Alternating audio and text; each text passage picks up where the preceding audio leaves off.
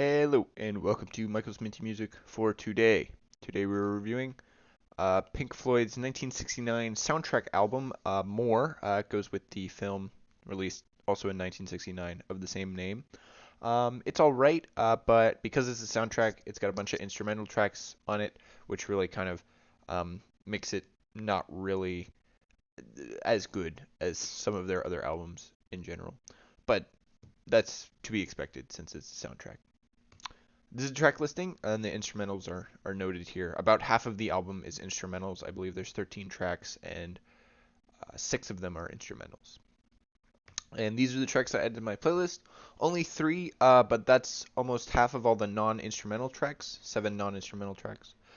So, um, it's I wasn't really intending to add any of the instrumental tracks. I didn't really feel like any of them were really outstanding or anything. So I think this album is all right. It certainly flows well, but it could be a lot. I mean, it could be a lot better if it didn't have all all the instrumental tracks. But it's a soundtrack album, so that's kind of the deal. In any case, it's a good direction for the band, and there's certainly some really good songs here. There were no singles, and my favorite track here, I'm probably gonna go with the Nile song. Although I think all three of the tracks that I added to my playlist are pretty great. They all sound real nice.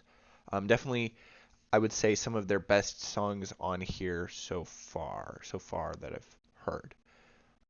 With that in mind, I do rank more higher than their first two albums, but it's not by a lot.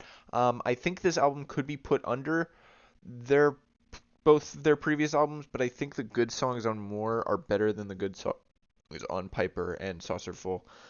But in any case, uh, this album does not take my top spot from 1969. That goes to Abbey Road by the Beatles, which is easily significantly better than More. There's really no big um, competition there. Next up is another Beatles album from 1969. This time is the soundtrack to Yellow Submarine, which was an animation thing that they did.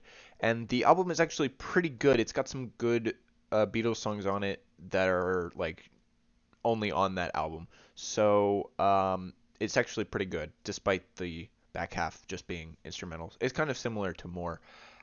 It'll never really like this album will never really compete with the Beatles' full albums from around this time, but it's still fun to listen to, and I think there are some really good songs on it. So stay tuned and stay minty.